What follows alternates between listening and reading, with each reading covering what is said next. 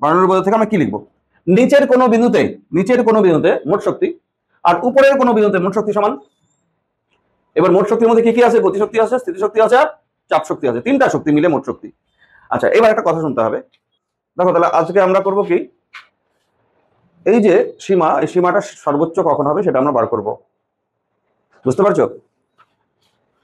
এই আর এর মান সবসময় কিন্তু সমান থাকবে না।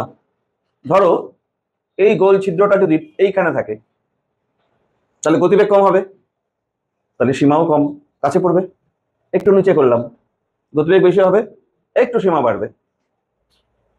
আবার একদম যদি নিচে করি তাহলে আবার সীমা কমবে। তাহলে কোনো একটা জায়গা আছে যার জন্য নাকি তরল সব থেকে বেশি দূরে পড়বে, তার মানে সীমা সর্বোচ্চ হবে। এই সর্বোচ্চ সীমার শর্ত কি এটা আমরা দেখতে চাই, এবং এই সর্বোচ্চ সীমার মান কত হয়। ঠিক আছে? আর এই সূত্রটাকে জানি কার সূত্র বলে? বলছিলাম পয়সলির সূত্র বলে। তাহলে আমাদের হেডিং হবে ঠিক জাস্ট ওর পরেই, সর্বোচ্চ সীমার শর্ত। সর্বোচ্চ সীমা তার শর্ত। আচ্ছা, সর্বোচ্চ সীমার শর্ত বার করতে গেলে একটা ফাংশন সর্বোচ্চ কখন হবে এটা আঁকতে হবে না, বা এটা করতে হবে না, এটা বোঝানোর জন্য। ধরো ওয়াই, এটা মনে করে এক্স। ধরো আমি এরকম একটা গ্রাফ বললাম, ডিওয়াই ডিএক্স মানে হচ্ছে নতি, নতি মানে ট্যান থিটা বা লম্ব বাই ভূমি। এবার তোমরা তো জানো এইসব বিন্দুতে অনেকবার বলা হয়েছে নতি পজিটিভ হয়, ডিওয়াই ডিএক্স এখানে পজিটিভ। কোণের উপর নির্ভর করবে, রেখার কোণ যখন এক্স অক্ষের সঙ্গে 90 ডিগ্রি কম তখন পজিটিভ নতি। ঠিক এইখানে নতি নেগেটিভ, কারণ রেখাটা আবার এরকম এক্স অক্ষের সঙ্গে কোণ 90 ডিগ্রির বেশি, তাহলে এখানে পজিটিভ নতি, এখানে নেগেটিভ নতি। আর এইখানে নতি কত? যেখানেই নতি আমরা করবো সেখানে একটা স্পর্শক ড্র করতে হবে, স্পর্শক। এখানে স্পর্শকটা এরকম হচ্ছে, এই স্পর্শকটা দেখা যাচ্ছে এক্স অক্ষের সঙ্গে 90 ডিগ্রি কম উৎপন্ন করে, সেই জন্য ধনাত্মক। আর এইখানে স্পর্শকটা কেমন হবে? এই যে এরকম হবে, এই কোণটা এক্স অক্ষের সঙ্গে 90 ডিগ্রি থেকে বেশি হবে না, তাহলে এখানকার নতি ঋণাত্মক, 90 ডিগ্রি বেশি, ট্যান 90 বেশি হলে মাইনাস হয়। আর এই বিন্দুতে যদি স্পর্শকটা নিতে স্পর্শকটা এরকম হবে, তাহলে এই রেখাটার নতি কি আছে? এই স্পর্শকটার নতি কি আছে? 0। এক্স অক্ষের সঙ্গে কোণ কত? 0 ডিগ্রি, তাহলে এর হচ্ছে নতি 0। তার মানে এই জায়গাতে ডিওয়াই বাই ডিএক্স মানে আবার নতি, এর মান 0। আবার দেখো এই জায়গাটায়, এইখানেও স্পর্শক এরকম হবে, এখানেও নতি 0। ফাংশনের সর্বোচ্চ মান এটা, ওয়াই এর সর্বোচ্চ ভ্যালু না, এটা আমরা ওয়াই ম্যাক্স বলতে পারি। ওয়াই যখন ম্যাক্সিমাম তখন ডিওয়াই ডিএক্স নতি 0। আবার ওয়াই যখন মিনিমাম তখনও নতির মান 0। তাহলে আর যখন ম্যাক্সিমাম, তাহলে আর আর এইচ এর মধ্যে গ্রাফ আঁকলে তার নতি 0 হবে, ডিওয়াই ডিএক্স 0 হবে। আর এখানে তাহলে কি হবে? ডিআর ডিএইচ 0 হবে সর্বোচ্চ সীমার জন্য। তার মানে কোন ফাংশন সর্বোচ্চ কখন হবে? তোমাকে একটা ফাংশন বললো y = x² - 3x + 2, কখন y সর্বোচ্চ হবে বা সর্বনিম্ন হবে? আমি কি করব? ডিওয়াই ডিএক্স 0 করব। হ্যাঁ, তারপরে আরো সর্বোচ্চ হবে না সর্বনিম্ন হবে তার জন্য কন্ডিশন আছে, এখানে আমি সময় আর ব্যয় করব না। মোট কথা ডেরিভেটিভ করলেই সর্বোচ্চ সীমার শর্তটা পেয়ে যাবে। তাকে ডিওয়াই ডিএক্স 0 করে দিব, তাহলেই তো y সর্বোচ্চ বা সর্বনিম্ন হয়ে গেল ডিওয়াই ডিএক্স 0 করলে। হ্যাঁ, তাহলে এইখানেও আর যদি সর্বোচ্চ হয়, সীমা যদি সর্বোচ্চ হয়, আর এর মান আগে লিখি। সীমার সূত্রটা হচ্ছে r √4 h h h। আচ্ছা, এইখানে চলরাশি কি কি আছে? এখানে যেমন ওয়াই এক্স আমি ড্র করছিলাম, ওয়াই আর এক্স দুটো চলরাশি, এক্স এর সঙ্গে ওয়াই ভ্যারি করছে, আর এইখানে কার সঙ্গে কে ভ্যারি করবে? এখানে চলরাশি কে, আর আর কত বেশি হবে বা কম হবে এটা চাইতো আমরা। তাহলে আর চলরাশি, কার সঙ্গে আর চলবে, কার পরিবর্তনের জন্য আর কম হবে বেশি হবে? স্মল এইচ না ক্যাপিটাল এইচ? ক্যাপিটাল এইচ তো ফিক্সড, ক্যাপিটাল এইচটা কি ফিক্সড, এটা ধ্রুবক। তাহলে স্মল এইচ এর ভ্যালু, এই এইচটা কত হলে, এইটুকু হলে না এইটুকু হলে নাকি এইটুকু হলে সীমা সর্বোচ্চ হবে?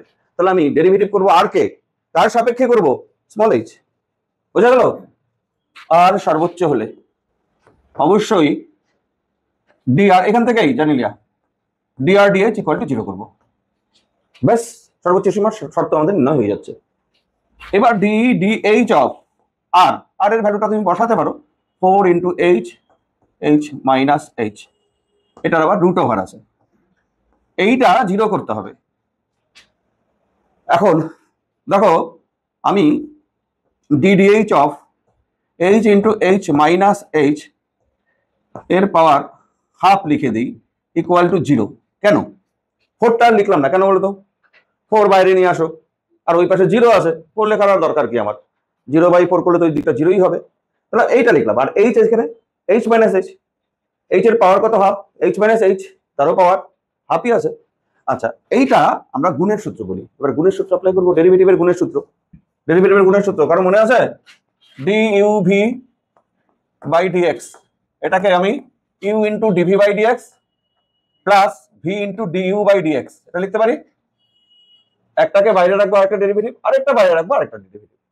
তাহলে এইখানে একটাকে বাইরে রাখো, কোনটাকে বাইরে রাখবে? ধরো এইটাকে আমি বাইরে রাখলাম, এইচ মাইনাস এইচ এর পাওয়ার কিন্তু হাফ আছে, আর ডেরিভেটিভটা কার হচ্ছে? DDH of H to the power half. এই যে এরও পাওয়ার হাফ এরও পাওয়ার হাফ হলো। এবার plus H to the power half বাইরে রাখবো, ডিডিএইচ অফ, আমি ডেরিভেটিভটা পুরোপুরি করাই। এখন দেখো এখানে তো H minus H to the power half আছে into H to the power half মানে হাফ আসবে, আর এইচ টু দি পাওয়ার ডেরিভেটিভের formula N X to the power N minus one, half minus one minus half হবে না? Minus half হবে, হয়ে গেল এই পার্ট। এইবার plus H to the power half তো আছেই, এইটা ডেরিভেটিভ চেইন রুল, এইটা পুরোটা ডেরিভেটিভ করলে half H minus H to the power minus half হবে। আবার ভেতরে একটা ডেরিভেটিভ, এটা constant, capital H constant, small H এর ডেরিভেটিভ, স্মল এইচ মাইনাস আছে, একটা মাইনাস সামনে আসবে, ডিএইচ বাই ডিএইচ 1 আসবে, তারপর মাইনাস 1 আমি লিখে দিলাম এখানে, ভেতরেটা চেইন রুল ইকুয়াল টু 0 হলো। নেক্সট পরের লাইন, ওই পাশে 0 আছে, হাফ আর লেখা দরকার আছে? হাফ আর লেখা দরকার নাই, এখানে একটা মাইনাস আছে, এখানে মাইনাস সাইনটা আমি দিয়ে দিব। আর থাকি কি দেখো এখানে H minus H to the power half মানে root H minus H by H to the power minus half আছে, ওটাকে নিচে লিখি রুট এইচ, আর এখানে মাইনাস সাইন, ওই যে মাইনাস ওয়ান এর এখানে মাইনাস। এবার এখানে রুট এইচ উপরে আর নিচে root H minus H equal to 0। বাড়িতে একবার প্র্যাকটিস করবে, তাহলে বড় বড় ডেরিভেটিভ পারবে করলে। और আমি লিখতে পারি h minus small h by h তার স্কয়ার রুট পুরোটাই আছে equal to h by h minus small h।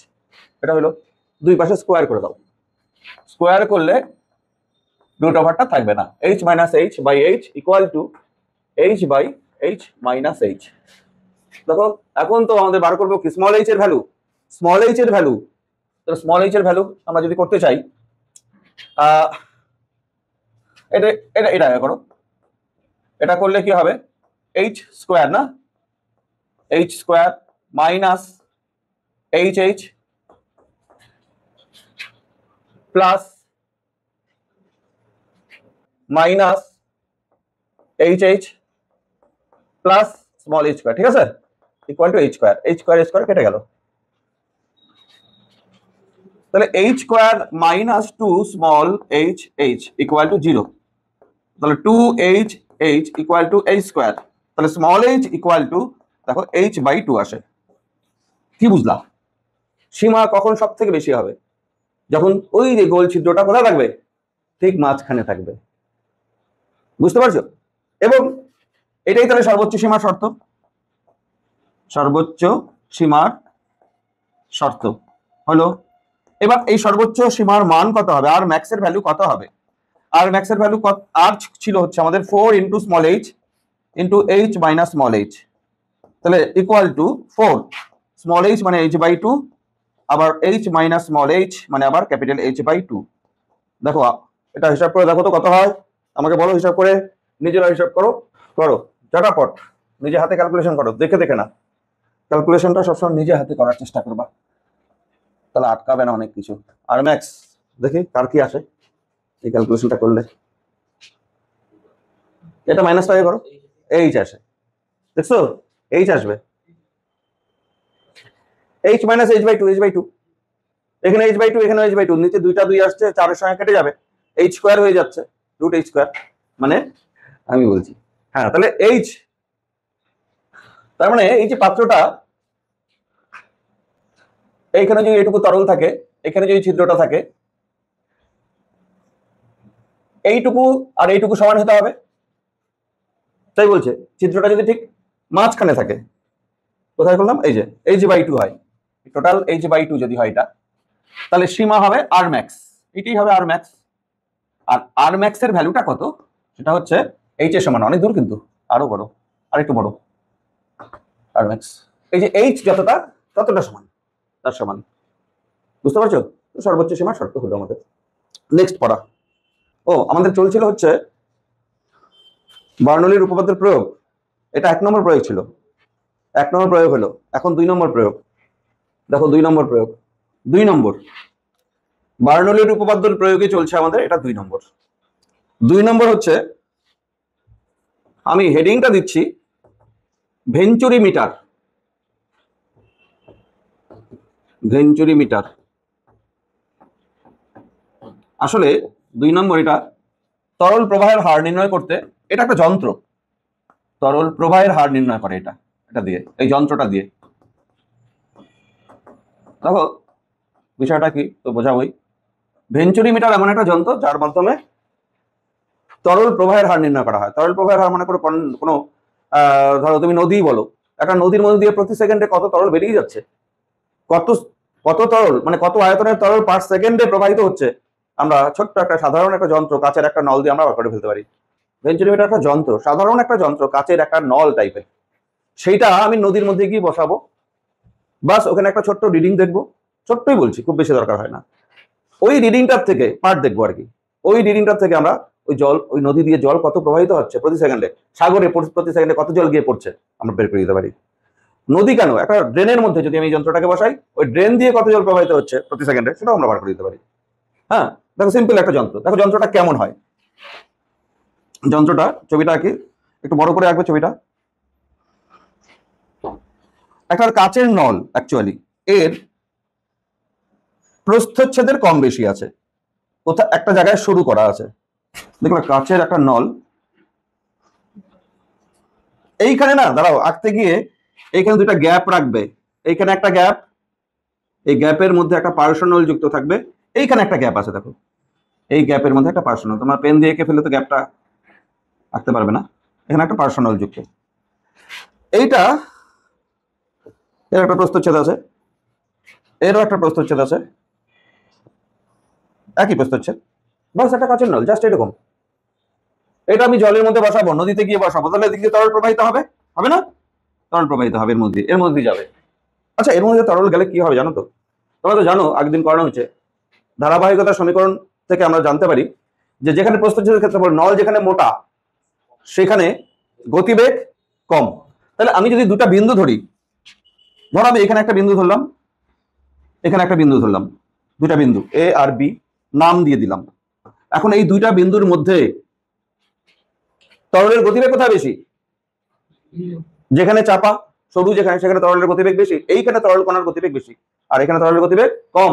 বার্নৌলির উপপাদ্য অনুযায়ী মোট শক্তি ধ্রুবক, এই বিন্দুতে মোট শক্তি আর এই বিন্দুতে মোট শক্তি ধ্রুবক সমান, তাহলে যেখানে গতিশক্তি বেশি তাহলে এখানে গতিশক্তি বেশি, তাহলে এখানে নিশ্চয়ই চাপ শক্তি কম হবে। হ্যাঁ তোমরা বলবে স্থিতিশক্তি হতে হবে, স্থিতিশক্তি কিন্তু সমান। আচ্ছা নিচে আরেকটা এরকম দাগ দিয়ে মাটিটা, হ্যাঁ মানে ভূমিটাকে দেখিয়ে দাও, ভূমির থেকে এই বিন্দুর উচ্চতা আর ভূমির থেকে এই বিন্দুর উচ্চতা সমান না, উচ্চতা কেন বলছি, উচ্চতাকে কোথায় রাখছে আমার, আমি বলতে চাচ্ছি তাহলে এ আর বি বিন্দু স্থিতিশক্তি সমানই আছে, তাহলে স্থিতিশক্তির এখানে ব্যাপার নাই, যেখানে গতিশক্তি বেশি সেখানে চাপ শক্তি কম, তাহলে এখানে গতিশক্তি বেশি, তরল যে প্রবাহিত হয়ে যাচ্ছে এখানে গতিশক্তি বেশি, তাহলে এখানে চাপ শক্তি হবে কম, আর এইখানে গতিবেগ কম মানে গতিশক্তি কম, তাহলে চাপ শক্তি এখানে হবে বেশি। তাহলে চাপ যদি এখানে বেশি হয় তাহলে এই যে পার্শ্বনলটা যে যুক্ত আছে এর মধ্যে তরল উঠে যাবে, এইখানে চাপ বেশি মানে তরল এখানে বেশি উচ্চতা উঠবে, এই যে তরলটা প্রবাহিত হচ্ছে এর মধ্যে দিয়ে সেই তরলটা এর মধ্যে উঠবে, আর এইখানে চাপ কম গতিবেগ বেশি, আর এখানে কম উঠবে। এই উচ্চতাটা সাপোজ আমি ধরে নিচ্ছি H1, স্মল H1, আর এই যে উচ্চতা আমি ধরে নিচ্ছি স্মল h2। এইবার উচ্চতার পার্থক্য তোমরা দেখতে পাচ্ছ, উচ্চতার পার্থক্য হচ্ছে এইটুকু। এই উচ্চতার পার্থক্যকে আমরা h দিয়ে লিখছি, স্মল h। তুমি শুধু নদীতে নেমে বা ড্রেনের মধ্যে নেমে এই উচ্চতার পার্থক্যটা লিখে আসবে। তাহলে নদীর মধ্যে দিয়ে বা ড্রেনের মধ্যে দিয়ে প্রতি সেকেন্ডে কত আয়তনের জল প্রবাহিত হয়ে যাচ্ছে বা তরল প্রবাহিত হয়ে যাচ্ছে আমরা বের করে দিতে পারি। দেখো একটা সূত্র আসবে, সেই সূত্রটা কি? সূত্র কিছুই না, বার্নৌলির উপপাদ্য প্রয়োগ করব। এই বিন্দুতে মোট শক্তি আর বি বিন্দুতে মোট শক্তি সমান। আচ্ছা, এইখানে যে প্রস্থচ্ছেদের ক্ষেত্রফল, এটার নাম দিলাম A1 ক্ষেত্রফল। আর এইখানে যে ক্ষেত্রফলটা কম ক্ষেত্রফল, এই ক্ষেত্রফলটার নাম দিলাম A2 ক্ষেত্রফল। এইখানে তরলের যে গতিবেগ সেটার নাম দিলাম V1, আর এইখানে যে তরলের গতিবেগ সেটার নাম দিলাম V2। ঠিক আছে? মোটা জায়গায় গতিবেগ V1, সরু জায়গায় গতিবেগ V2। অবশ্যই V2 বেশি হবে।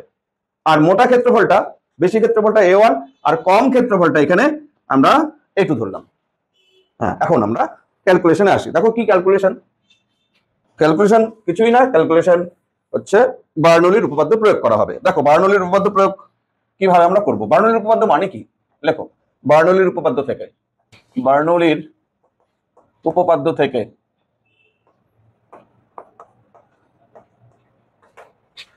আমি লিখতে পারি এই বিন্দুতে মোট শক্তি ইকুয়াল টু বি বিন্দুতে মোট শক্তি। এটাই বার্নৌলির উপপাদ্য। আচ্ছা, এবার এই বিন্দুতে মোট শক্তি তোমরা বলবে চাপ শক্তি আছে, গতি শক্তি আছে, আর স্থিতি শক্তি আছে। আচ্ছা, বলো গতিশক্তি, এই বিন্দুতে গতিশক্তি কত? হাফ। একক আয়তনের গতিশক্তি কিন্তু হাফ। কি জানি কি দিয়ে লিখতাম? হ্যাঁ, হাফ রো V1 স্কয়ার গতিশক্তি হয়ে গেল এই বিন্দুতে। এবার এই বিন্দুতে স্থিতিশক্তি কত? Rho GH। এটা না লিখলেও হতো, তাও লিখে দেখাচ্ছি। হ্যাঁ, দুটো দুই পাশে সমানই আসবে। প্লাস এবার চাপ শক্তি, চাপ শক্তি আমি P1 আপাতত দিলাম, পরে এখানকার চাপ P1। ঠিক একই রকম এই পাশে half rho V2 square plus rho GH হবে, উচ্চতা একই, প্লাস চাপ এখানকার P2, এখানকার চাপ হচ্ছে P2। তাহলে রো GH এই যে স্থিতিশক্তিটা কেটেই গেল। গতিবেগ কোন গতিবেগটা বেশি বলো তো? V2টা বেশি। তাহলে V2টা আগে লেখো। তাহলে half rho V2 square minus half rho V1 square লিখলাম equal to P1 minus P2। বুঝতে পারছো? এবার P1 আর P2টা কি তোমরা একটু তাকাও। আচ্ছা, এখানে আমি হাফ রো কমন নিয়ে নিচ্ছি, আর ব্র্যাকেটে V2 square minus V1 square রাখছি। রাখার পর P1 মাইনাস P2, P1 মানে H রো জি, চাপের সূত্র H রো জি। P1 মানে তাহলে H1 রো জি, আর P2 মানে হচ্ছে H2 রো জি। রো রো কাটা যাবে দুই পাশ থেকে। আমি যদি ডান দিকে কমন নেই, রো দুই পাশে কাটা যাবে। তাহলে বাঁ দিকে থাকবে V2 square minus V1 square. এই দুইটাও ডান দিকে গুণ করে দিচ্ছি, 2 জি, আর ব্র্যাকেটের মধ্যে H1 মাইনাস H2। ক্যালকুলেশন নিজে হাতে করে দেখো এটা আসে কিনা। এই দুইটা এদিকে নিয়ে আসলাম, রো কাটা গেল, তাহলে V2 square minus V1 square বাঁ দিকে রাখলাম। 2টা এইখানে, এই 2টা এখানে গেছে, জি কমন না হলো, রো কাটা গেছে। রো এখান থেকে মনে মনে তুমি সরিয়ে দাও আর কি, মনে মনে দেবে না এখানে কাটা। হ্যাঁ, তাহলে জি কমন গেলে H1 মাইনাস H2 থাকে। ঠিক আছে তো? আচ্ছা, এবার দেখো 2G H1 মাইনাস H2, তাকাও তো ছবিতে H1 মাইনাস H2 এর ভ্যালু কত? H। তাহলে 2GH হলো। আর এদিকে V2 square minus V1 square. এখনো ক্যালকুলেশন কমপ্লিট হয় নাই। এবার দেখো, এটা 1 নম্বর সমীকরণ, আমি নাম দিয়ে রাখি। আমরা জানি, আচ্ছা, যে কোনো জায়গায় তরল প্রবাহের হার তো সমানই হয়। এখান থেকে এদিকে, এখানে 1 সেকেন্ডে যত আয়তনে তরল বেরিয়ে যাচ্ছে, এখানেও তো 1 সেকেন্ডে তত আয়তনে তরল বের হবে। তরল প্রবাহের হার সব জায়গায় সমান, ধারাবাহিকতা সমীকরণ এটাই বলছে। তো সব প্রস্থচ্ছেদে তরল প্রবাহের হার সমান। আর তরল প্রবাহের হার সমান মানে কি? তরল প্রবাহের হার Q1 দিয়ে লিখলাম, মনে আছে? Q1 equal to Q2। ওইখানে তরল প্রবাহের হার আর এখানে তরল প্রবাহের হার দুই বিন্দুতে সমান। এবার তরল প্রবাহের হার মানে হচ্ছে A ইনটু V, মনে আছে? তাহলে আমি Q1 কে AV1 আর Q2 কে AV2 লিখতে পারি। আর এইটাকে আমি Q ধরে নিচ্ছি, তরল প্রবাহের হার। ঠিক আছে, তাহলে এটাও তাহলে কিউ, দুই জায়গাতে কিউই, Q1 Q2 কে আমি কিউ ধরে নিচ্ছি, সমান তো। এইবার দেখো এইখানে V1 আর V2 আছে, এইখান থেকে V2 আর V1 এর ভ্যালুটা বার করে নাও। V1 মানে Q/A1 আর কমা দিয়ে V2 মানে হচ্ছে Q/A2। V1 হলো, V2 হলো। এই যে V1 আর V2 এখন 1 নম্বর সমীকরণে বসাবো। হ্যাঁ, এবার উপরে দেখি এরকম মতো হয়ে যাবে হয়তো। হ্যাঁ, এবার 1 নং থেকে আমি পাচ্ছি V2 স্কোয়ার মানে Q² / V2 তো A2 square minus Q²/A1 square, আর ডান দিকে 2GH। Q² যদি আমি কমন নেই 1/A2 square minus 1/A1 square equal to 2GH। এবার Q² এখানে একটু এলসিএম লসাগু করে দেই, A1 স্কোয়ার A2 স্কোয়ার আর এদিকে উপরে A1 square minus A2 square লসাগু করে দিলাম ইকুয়াল টু 2GH। আমাদের চাই কিন্তু কিউ, और Q² equal to A1 square A2 square by A1 square minus A2 square into 2GH। Q স্কয়ারটাকে বাঁ দিকে রাখলাম, বাকি পুরাটাকে দিকে নিয়ে চলে আসলাম। লাগবে কোনটা আমাদের? এখানে কি লিখছিলাম? তরল প্রবাহের হার নির্ণয়। তাহলে Q ইকুয়াল টু কত হলো? দেখো আমার মনে হয় A1 A2 এর উপরে স্কয়ার আছে না, আর এদিকে Q এর উপরে স্কয়ার আছে, তাহলে A1 ইনটু A2 আর এদিকে √2GH by A1 square minus A2 square. এটা ফাইনাল সমীকরণ। এইটাই হচ্ছে ভেঞ্চুরি মিটারের মধ্য দিয়ে তরল প্রবাহের হার। বুঝতে পারছো? এটা তরল প্রবাহের হার নির্ণয় হচ্ছে, প্রতি সেকেন্ডে কত আয়তনে তরল বেরোচ্ছে। কিউ আমি বলছিলাম কি, শুধুমাত্র তুমি কি রিডিং দেখে আসবে, নদীতে নেমে উচ্চতার পার্থক্যটা কত, এই নলে কতটুকু উঠছে আর এই নলে কতটুকু উঠছে। এখানে স্কেল আঁকা থাকবে 1 সেন্টিমিটার 2 সেন্টিমিটার 10 সেন্টিমিটার করে এরকম স্কেল আঁকা থাকবে। এখানেও তাই, এখানে কত উঠলো তুমি দেখে আসলে, এখানে কত উঠলো দেখে আসলে, তাদের পার্থক্য, সেই পার্থক্যটাই কত এইচ, সেই এইচই তো এটা।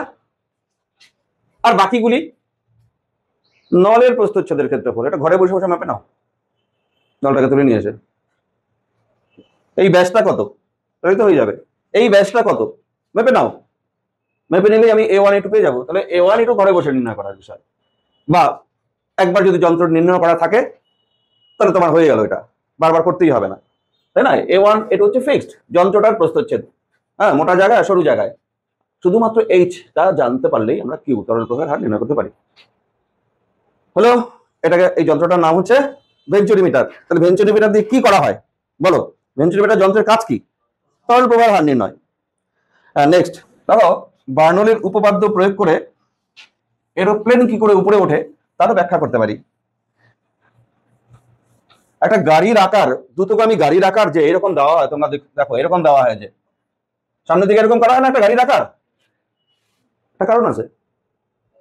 হ্যাঁ, এইখানে বায়ুর গতিবেগ বেশি হয়, বায়ুর গতিবেগ এখানে বেশি হওয়ার জন্য গতিশক্তি বেশি হলো এখানে, কোথার থেকে? এখানে গতিবেগ কম, এখানে গতিশক্তি কম, বায়ুর গতিশক্তি কম, এখানে বায়ুর গতিশক্তি বেশি।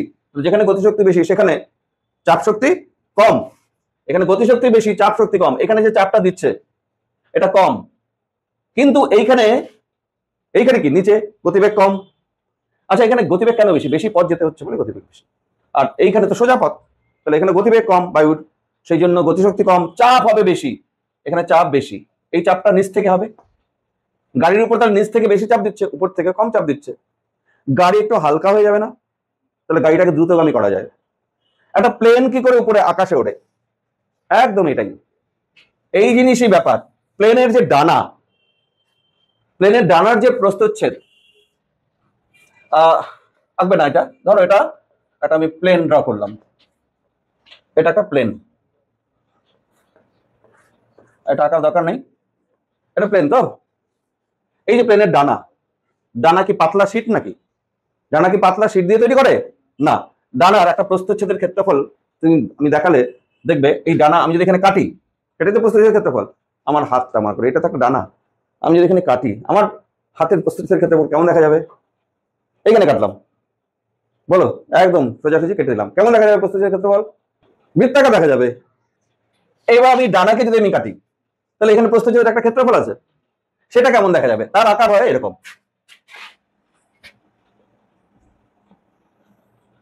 এরকম হয়। দেখো উপরটা বেশি কার্ভ থাকবে, হ্যাঁ, আর নিচেরটা কার্ভ কম থাকবে। এই যে ডানার প্রস্থচ্ছেদের ক্ষেত্রফল, ঘটনা বুঝলা? তো এটা যখন বাতাসের মধ্য দিয়ে প্রবাহিত হবে তখন এর উপর দিয়ে বাতাস যাবে, আবার নিচ দিয়েও বাতাস যাবে। তো কিন্তু উপরের বাতাসের গতিবেগ কি হবে? বেশি, সেই জন্য এখানে হবে চাপ কম, ধরো P1 চাপ। আর নিচে চাপ কি হবে? বাতাসের গতিবেগ এখানে কম, চাপ হচ্ছে বেশি। তাহলে চাপের পার্থক্য তৈরি হচ্ছে। চাপের পার্থক্য তৈরি হওয়া মানে হচ্ছে এর সঙ্গে ক্ষেত্রফল গুণ করলেই প্লেনের উপর কত বল উপর দিয়ে ক্রিয়া হচ্ছে সেটা পাবো। আপথ্রাস্ট, আপলিফট বল যেটা, সেটা পেয়ে যাব। এই বলের কারণেই প্লেন উপরে উঠতে পারছে। এই বলটা কত আমরা একটু দেখি। এই বল যদি আবার প্লেনের ওজনের থেকে কম হয় তাহলে উঠবে না কিন্তু। প্লেনের তো ওজন আছে, প্লেনের ওজন কোন দিকে ক্রিয়া করবে? নিচের দিকে। ওজন 1000 কুইন্টাল, তাহলে এই বল অবশ্যই 1000 কুইন্টাল বা তার থেকে বেশি লাগবে এই বল, তবেই প্লেন উঠতে পারবে। মিনিমাম লিফট করার জন্য এফ আপ থ্রাস্ট যেটা এফ আপ, এটা 1000 কুইন্টাল লাগবে মিনিমাম বল এটা। হ্যাঁ, তাহলে দেখো এরোপ্লেনের বা উড়োজাহাজের উত্তোলন, এটাও বার্নৌলির উপপাদ্যের সাহায্যে আমরা করব। আমি আগের দিন উদাহরণ বলছিলাম কি, বেশ কয়টা বলছিলাম না?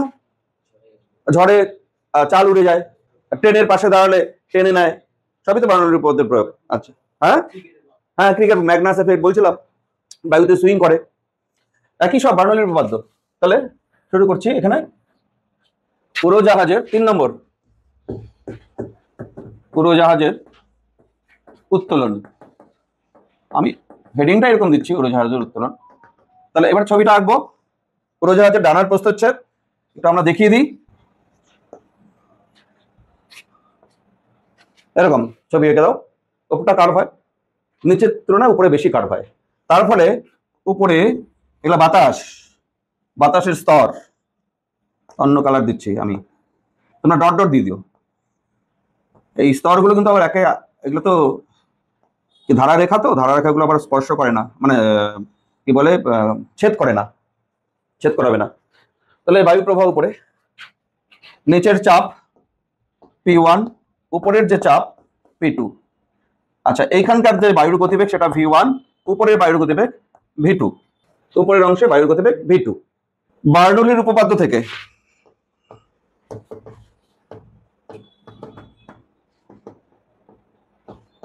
বলো, বার্নৌলির উপপাদ্য থেকে আমরা কি লিখবো?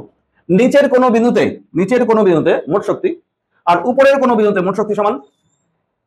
এবার মোট শক্তির মধ্যে কি কি আছে? গতিশক্তি আছে, স্থিতিশক্তি আছে, আর চাপ শক্তি আছে, 3টা শক্তি মিলে মোট শক্তি। আচ্ছা, এবার একটা কথা শুনতে হবে। এইখানকার উচ্চতা মাটির থেকে, প্লেন তো আকাশে উঠছে কয়েক কিলোমিটার উপরে, মাটির থেকে এই উচ্চতা আর মাটির থেকে এই উচ্চতার মধ্যে কোনো পার্থক্য আমি আছে কি? সামান্য পার্থক্য। ডানার প্রস্থচ্ছেদ কত হবে? 0.5 মিটার, 1 মিটার ডানার প্রস্থচ্ছেদ, এই হাইটটা মাটির থেকে কয়েক কিলোমিটার উপরে আছে। তাহলে তার মানে মাটির থেকে এই বিন্দুর হাইট আর মাটির থেকে এই বিন্দুর হাইট সমানই আমি বলবো। বুঝতে পারছো? সমান যদি হয় তাহলে এই বিন্দুর স্থিতিশক্তি আর এই বিন্দুর স্থিতিশক্তি কি সমান? তাহলে স্থিতিশক্তি নিয়ে আমার ভাববার ব্যাপার নাই, আবার আগের মতোই হচ্ছে। সেন্টিমিটারও তাই, দুই বিন্দুর স্থিতিশক্তি সমান ছিল, ওখানে উচ্চতা একই ছিল, আর এখানে উচ্চতার সামান্য পার্থক্যের জন্য স্থিতিশক্তি দুই জায়গায় আমি সমান ধরে নিচ্ছি। তাহলে এখানকার মোট শক্তি বলতে চাপ শক্তি আর গতিশক্তি, এখানকার মোট শক্তি বলতে চাপ শক্তি আর গতিশক্তি। ঠিক আছে? তাহলে তুমি পয়েন্টের নাম দিতে পারো, এখানে একটা এ পয়েন্ট, এখানে একটা বি পয়েন্ট। তাহলে এ বিন্দুতে মোট শক্তি ইকুয়াল টু বি বিন্দুতে মোট শক্তি লিখেই দিলাম। এ বিন্দুতে মোট শক্তি মানে half rho V1 square plus P1। আমি তাহলে স্থিতিশক্তি দিলাম না, তাহলে একটা কিছু দিতে হয়। হ্যাঁ, এবার বি বিন্দুতে half rho V2 square plus P2। আচ্ছা, এটা রো কার ঘনত্ব? বাতাসের ঘনত্ব। এই জন্য রো এর নিচে এখানে এয়ার লিখে দাও, বাতাসের ঘনত্ব এটা। তাহলে or half rho air V2 square minus half rho air V1 square মানে কি P1 মাইনাস P2। চাপ দুটাকে একদিকে নিয়ে গেলাম, বুঝতে পারছো? তুমি এখানে কমন নিতে পারো, or P1 minus P2 equal to half rho air V2 square minus V1 square. চাপের পার্থক্য হয়ে গেল উপরের চাপ আর নিচের চাপ। চাপের সঙ্গে ক্ষেত্রফল গুণ করলে পাওয়া যাবে বল। সুতরাং ঊর্ধ্বমুখী বল যেটাকে আমি এফ আপ বলছি, আপ থ্রাস্ট, সেটা নিশ্চয়ই P1 মাইনাস P2 ইন্টু ক্ষেত্রফল। আচ্ছা বলো দেখি তোমাদের কি আইডিয়া, এই ক্ষেত্রফলটা কোন ক্ষেত্রফল? এই ক্ষেত্রফলটা কার ক্ষেত্রফল? চাপ হচ্ছে নিচ থেকে লাগছে ডানার, এটা ডানা, চাপ নিচ থেকে লাগছে, তাহলে ক্ষেত্রফল কার হবে? ডানার, এই ডানার তলাটার ক্ষেত্রফল, বুঝতে পারছো? তলার ক্ষেত্রফল। তাহলে এবার P1 মাইনাস P2 হচ্ছে half rho air V2 square minus V1 square into A. উপর দিকের বল হচ্ছে এইটা, এত বল ক্রিয়া করবে উপর দিকে, বাতাস, বাতাসের এত শক্তি, বুঝছো? গতিবেগের পার্থক্য যদি খুব বেশি হয়, ক্ষেত্রফল যদি ডানার অনেক বেশি হয়, উপরের দিকের বল অনেক বেশি হবে। তার ফলে প্লেন তো আকাশে উঠবে, কিন্তু প্লেনের ওজন থেকে এই বল বেশি লাগবে।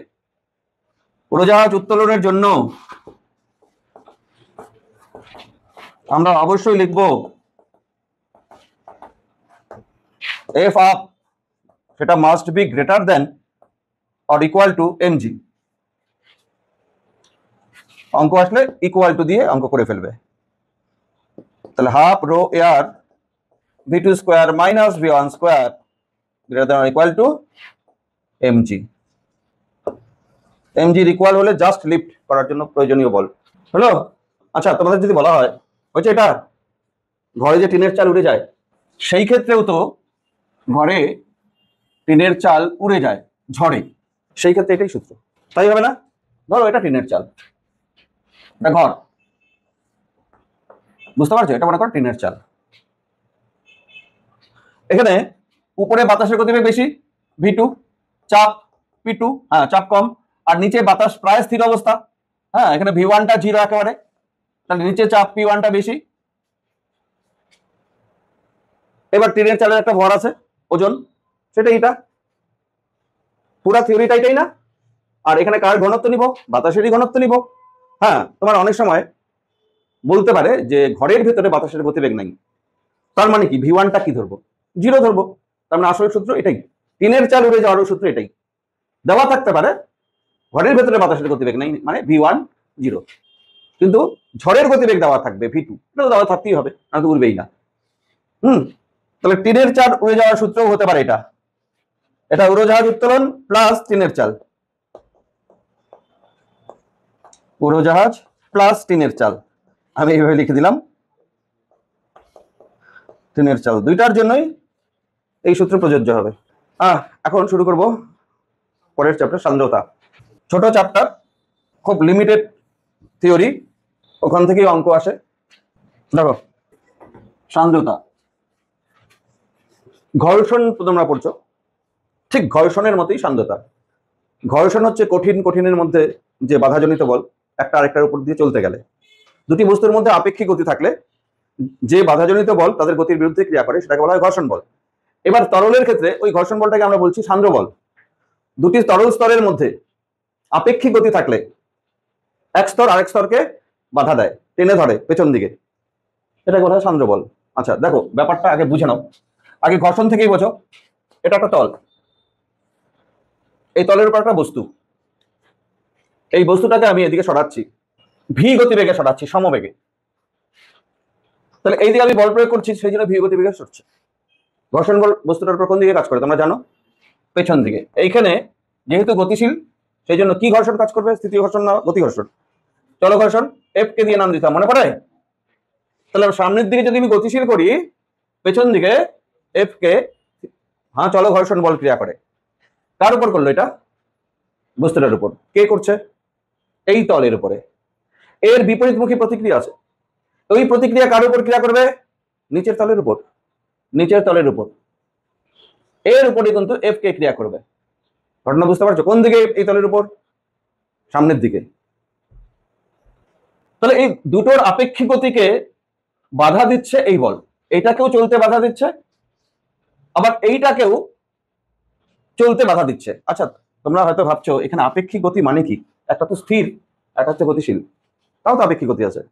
আচ্ছা বলো দেখি, এই বস্তুর সাপেক্ষে এই বস্তুর সাপেক্ষেটা খেয়াল করবে, এই বস্তুর সাপেক্ষে এই বস্তুর গতিবেগ কোন দিকে? এদিকে। কিন্তু এই বস্তুর সাপেক্ষে এর গতি কি আছে? হ্যাঁ, এটা মনে করে আমরা দেখছি এটাকে স্থির, আমরা দেখছি স্থির, আর এটা চলছে। এবার আমি কি বলছি, এই বস্তুর সাপেক্ষে এর কি গতিবেগ আছে? আছে। আচ্ছা শোনো, এইখানকার কোন দর্শক এইখানে বসে যদি ওকে দেখে, একে সামনের দিকে যেতে দেখবে। আর এর সাপেক্ষে মানে কি, এইখানকার কোন দর্শক যদি একে দেখে তো পেছন দিকে যেতে দেখবে, এরও আপেক্ষিক গতিবেগ আছে। আচ্ছা তাহলে এর আপেক্ষিক গতিবেগ কোন দিকে? ডান দিক। এর আপেক্ষিক গতিবেগ কোন দিকে? বাঁ দিক। উল্টা পাশে। তাহলে এর গতি কিন্তু আছে, আছে, এর সাপেক্ষে তো আছে, আমার সাপেক্ষে নাই। আমরা যারা স্থির দাঁড়িয়ে আছে তাদের সাপেক্ষে নাই, ওর সাপেক্ষে আছে। দেখো তো আপেক্ষিক গতির বিরুদ্ধে ঘর্ষণ বল ক্রিয়া করছে কিনা। এর আপেক্ষিক গতি কোন দিকে? এদিকে। এর উপরে ঘর্ষণ বল তাহলে বিপরীত দিক। এর আপেক্ষিক গতি কোন দিকে? পেছন দিক। এর উপরে ঘর্ষণ বল কোন দিকে? সামনের দিক। তাহলে আপেক্ষিক গতিকে সবসময় বাধা দেয়, গতিকে বাধা দেয় বলা যাবে না, আপেক্ষিক গতিকে বাধা দেয় যে বল সেটা ঘর্ষণ বল। হ্যাঁ, এখানেও তরল স্তরের মধ্যে যদি আপেক্ষিক গতি থাকে, ওই আপেক্ষিক গতিকে যে বল বাধা দেয় সেটাকে বলা হয় সান্দ্র বল। বুঝতে পারছো? তাহলে সান্দ্র বলে আমি সংজ্ঞাটা লিখি। সাধারণত কি হয় দেখো, ধরো এটা মাটি, ড্রেন দিয়ে তরল যাচ্ছে, মাটির সঙ্গে লেগে থাকা যে তরলের স্তর সেটা স্থির অবস্থায় থাকে একদম। তার মানে মাটির সঙ্গে লেগে থাকে যে তরল স্তর সেটা স্থির। ঠিক উপরের স্তরটার গতিবেগ একটু বেশি, তার উপরের স্তরটার গতিবেগ আরেকটু বেশি, তার উপরের স্তরের গতিবেগ বেশি, বাড়তে বাড়তে বাড়তে বাড়তে সব থেকে উপরের স্তরের গতিবেগ সব থেকে বেশি। তাহলে যে কোনো দুটি স্তরের মধ্যে আপেক্ষিক গতি থাকে কিনা? থাকে। এটার থেকে এটার গতিবেগ বেশি না? পার্থক্য থাকা মানে তো আপেক্ষিক গতিবেগ থাকা। আচ্ছা বলো তো, এই দুটি স্তরের মধ্যে গতিবেগ কার বেশি? উপরেরটা আর নিচেরটার গতিবেগ কম, তাই তো?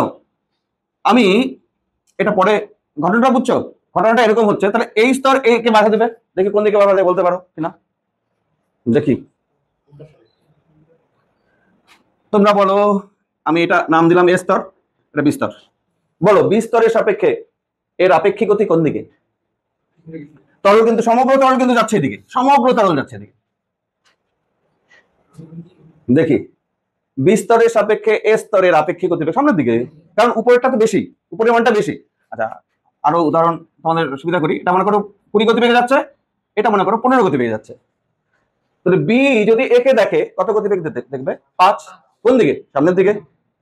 তাহলে এর আপেক্ষিক গতি এই দিক, ভি এর নাম দিলাম। এবার এর সাপেক্ষে বি এর আপেক্ষিক গতিবেগ কোন দিকে? পেছন দিকে। তখন তো 20 - 15 হবে। তাহলে এর উপর এর আপেক্ষিক গতিবেগ ভিবি এইদিকে। এখন বলো ঘর্ষণ বল বা সান্দ্র বল এটার উপর কোন দিকে ক্রিয়া করবে? এইটার উপর পেছন দিকে সান্দ্র বল। এইটার উপর কোন দিকে? সামনের দিকে। দেখছো, যেটা বেশি গতিবেগে যাচ্ছে সেটাকে টেনে ধরে পেছন দিকে, আর যেটা কম গতিবেগে যাচ্ছে তাকে সামনের দিকে চালিত করার চেষ্টা করে। কম আছে গতিবেগ, আমার সঙ্গে, ও বলছে আমার সঙ্গে আসো, ব্যাপারটা এটাই। আর এও বলছে আমার সঙ্গে আসো, পিছাও তুমি। এ ওকে বলছে পিছাও তুমি, আর ও বলছে না তুমি আমার কাছে আসো। ব্যাপারটা এটা। এই যে বলটা ক্রিয়া করলো এই স্তরের উপর, সেটাকে আমরা বলি সান্দ্র বল। নাম দিব ভিসকাস ফোর্স। ভিসকোসিটি মানে সান্দ্রতা, ভিসকাস ফোর্স। তাহলে এটার উপরেও সান্দ্র বল ক্রিয়া করবে, নিচের যে স্তর আছে সেটার উপরেও একই সান্দ্র বল ক্রিয়া করবে। ওটার মতোই ঘটনা কিন্তু। হ্যাঁ, এখন তোমরা দুটো লাইন লেখো, সান্দ্র বল এবং সান্দ্রতা কাকে বলে আমি বলি। সান্দ্র বল ও সান্দ্রতা, সান্দ্রতা লেখো। দুটি তরল স্তরের মধ্যে আপেক্ষিক গতি থাকলে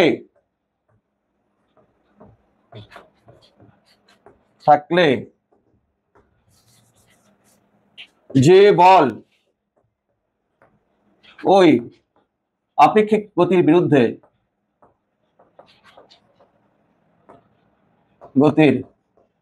বিরুদ্ধে ক্রিয়া করে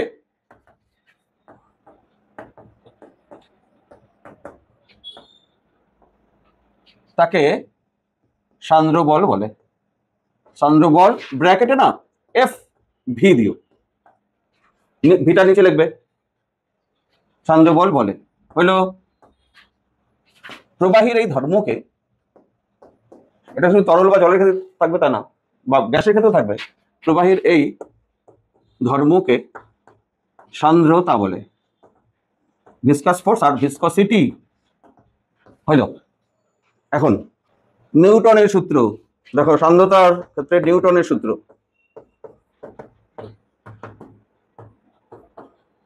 নিউটনের সূত্র বলার জন্য আমরা একটা ছবি আঁকি। ফার্স্ট ওই ছবিটা, এটা নিচের স্তর, এটা উপরের স্তর, মাঝখানে দুটো স্তর, এই একটা স্তর আর এই একটা স্তর, সমান্তরাল যেন হয়, তরলের দিকে যাচ্ছে।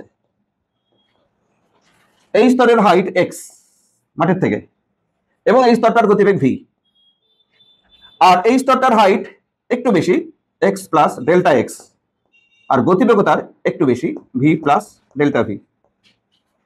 ঠিক আছে, পাশাপাশি যে কোনো দুইটা স্তর আমি ধরে নিলাম। মূলত স্তর দুটির মধ্যে ব্যবধান কত হিসাব করতে হচ্ছে। স্তর দুটির মধ্যে ব্যবধান বলতে গিয়ে এটুকু কত এক্স, এটুকু কত এক্স প্লাস ডেল্টা এক্স, তাহলে ব্যবধান কত এখানে ডেল্টা এক্স ব্যবধান।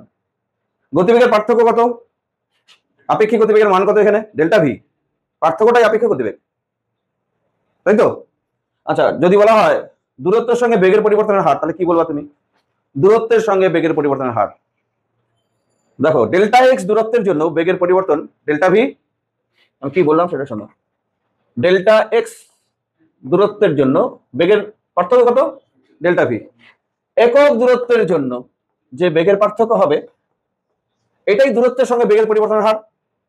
এটার একটা নাম আছে আসলে, এই জন্যই বললাম, এটার নাম হচ্ছে বেগের নতিমাত্রা।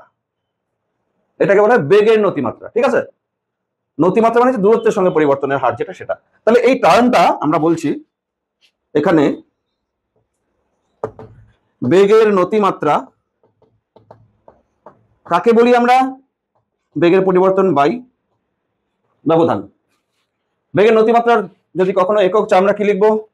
বেগের একক বাই দূরত্বের একক। আচ্ছা, এইবার নিউটনের সূত্রে আমরা আসি। বেগের নতিমাত্রা পড়ে নিলাম।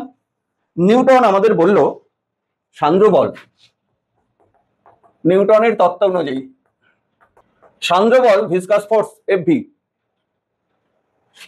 বেগের নতিমাত্রার সঙ্গে সমানুপাতিক, delta V by delta X এর সঙ্গে সমানুপাতিক। তার মানে কি? মানে কি বুঝলা? বেগের পার্থক্য যত বেশি হবে তত ভিসকাস ফোর্স বেশি হবে। তার মানে বেগ বাড়লে ভিসকাস ফোর্স বাড়বে, কোনো একটা স্তরের যদি বেগ বাড়ে। আবার দূরত্ব যদি খুব কম নেই তাও আবার ভিসকাস ফোর্স বেশি। বুঝতে পারছো? আচ্ছা, এবং নিউটন আরেকটা কথা বলো, এটা নিউটনের কথা। এবং এই এফভি আবার তরল স্তরের যে ক্ষেত্রফল, উপরিতলের ক্ষেত্রফল, তার সঙ্গে সমানুপাতিক। কথা বুঝলা? বেগের নতিমাত্রা সমানুপাতিক, এটাকে তুমি ভাষা দিয়ে বলতে পারো ওই যে বেগের নতিমাত্রার সঙ্গে সমানুপাতিক, এবং তরল স্তরের উপরের ক্ষেত্রফল। আচ্ছা, এই ক্ষেত্রফলটা কোন ক্ষেত্রফল বলতো? সাইড থেকে দেখা যাচ্ছে যে ক্ষেত্রফল সেটা না, উপর থেকে দেখলে যে ক্ষেত্রফলটা, সারফেসে তরলের উপরের স্তরের ক্ষেত্রফল। সুতরাং দুই সমানুপাতিক থেকে আমরা কি লিখতে পারি? এফ ভি সমানুপাতিক A delta V by delta X লিখতে পারি। এটা সমানুপাতিক এটা, এটা সমানুপাতিক এটা, তাহলে এটা এটা সমানুপাতিক এটা ইনটু এটা দেখা যায়। Or F V viscous force equal to একটা ধ্রুবক, ধ্রুবকটা ইটা দিয়ে, eta A delta V by delta X. এই যে সূত্রটা আমরা পেলাম এটাকে বলি আমরা নিউটনের সূত্র।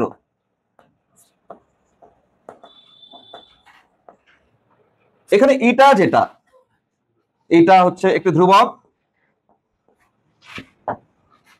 আচ্ছা, একে সান্দ্রতাঙ্ক বলে। এর মান কার উপর নির্ভর করবে? ইম্পর্টেন্ট কথা, ইটার মান কার উপর নির্ভর করবে বলো তো? ক্ষেত্রফল বেশি হলে এটা বেশি হবে, গতিবেগ বেশি হলে এটা বেশি হবে বা কম হবে? আচ্ছা, ক্ষেত্রফল কম হলে এটা বেশি হবে, তাহলে কি? এগুলা কোনোটাই না। এটা এর সঙ্গে সম্পর্কযুক্ত আছে কিন্তু এটা এদের উপর নির্ভর করে না। এটা হচ্ছে সমানুপাতিক ধ্রুবক। এটা শুধু তরলের প্রকৃতির উপর নির্ভর করে। ক্যালসিয়াম তলের ইটা যা হবে, জলের ইটা আলাদা হবে, মধুর ইটা আলাদা হবে।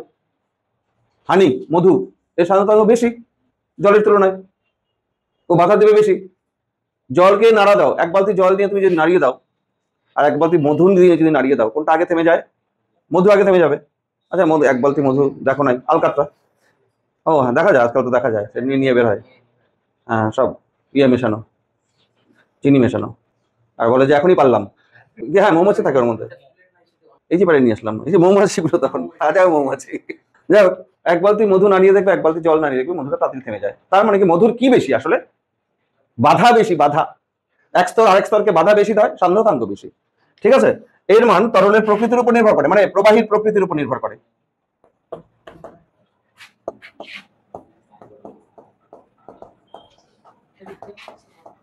আচ্ছা, এবার এটাকে তো সান্দ্রতাঙ্ক বলে, এটা এর সংজ্ঞা দেখি।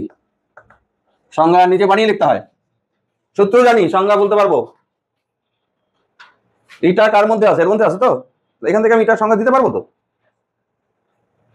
দেখো, viscous force Fv is equal to eta A delta V by delta X. এটাকে ডিভিডিএক্স ও লিখতে পারো, ডিভিডিএক্স। হ্যাঁ, একই কথা। শোনো, এটা কাকে বলে? একটা সমীকরণ থেকে যে কোনো কিছু সংজ্ঞা দিতে পারবে না? F is equal to M A. বলো, এম এর সংজ্ঞা দাও। ভর। এটাকে এক বানাও, এক ধরো, তাহলে F is equal to M আসবে। তাহলে দেখো, আমি বলতে পারি ভর কাকে বলে। মানে একক ত্বরণ সৃষ্টি করতে যে পরিমাণ বল প্রয়োগ করতে হয়, সেটাই বস্তুর ভর। কি হলো তো? হ্যাঁ, ভরের সংজ্ঞা তো এইভাবে দেয় না, জাস্ট আমি একটা উদাহরণ দিলাম। W ইকুয়াল টু JH, এটা তাপ, এটা কার্য। যে এর সংজ্ঞা দাও। একক তাপ উৎপন্ন করতে যে কার্য করতে হয়। তাহলে এবার এটার সংজ্ঞা দাও। যদি delta V by delta X equal to 1, A equal to 1, তবে এফ ভি ইকুয়াল টু এটা। হয়ে গেল কিন্তু, এবার সংজ্ঞাটাকে সাজিয়ে লিখতে হবে। হ্যাঁ, কি সাজাবে বলো? দেখো, delta V by delta X 1 মানে তুমি এটাও ধরতে পারো, ডেল্টা ভিও 1, ডেল্টা এক্স 1, 1/1, 1ই তো হয়। আর ক্ষেত্রফল কি? 1। দেখো, এবার আমি বলি, তোমাদের বলতে টাইম লাগবে। একক দূরত্বে অবস্থিত ডেল্টা এক্স এর ভ্যালু 1 বলে ফেললাম। দুটি তরল স্তরের বেগের পার্থক্য যদি 1 হয়, এটাও 1 বললাম। দেখছো, খেয়াল করছো? মুখস্থ করবে না। আমি কি মুখস্থ? আমি তো মুখস্থ রাখি নাই নিশ্চয়ই। একক দূরত্বে অবস্থিত দুটি তরল স্তরের মধ্যে বেগের পার্থক্য যদি 1 হয়, তাহলে ওই তরল স্তরের প্রতি একক ক্ষেত্রফলে যে সান্দ্র বল ক্রিয়া করে তাকে ওই তরলের সান্দ্রতাঙ্ক বলে। ঠিক আছে না? এক্সাক্ট, কোনো ভুল নাই কোথাও। দেখো, সংজ্ঞাটা, একক দূরত্বে অবস্থিত দুটি প্রবাহী স্তরের বেগের পার্থক্য একক হলে ওই প্রবাহীর প্রতি একক ক্ষেত্রফলে যে সান্দ্র বল বা স্পর্শকীয় বল ক্রিয়া করে, এটাও বলতে পারো, যে সান্দ্র বল ক্রিয়া করে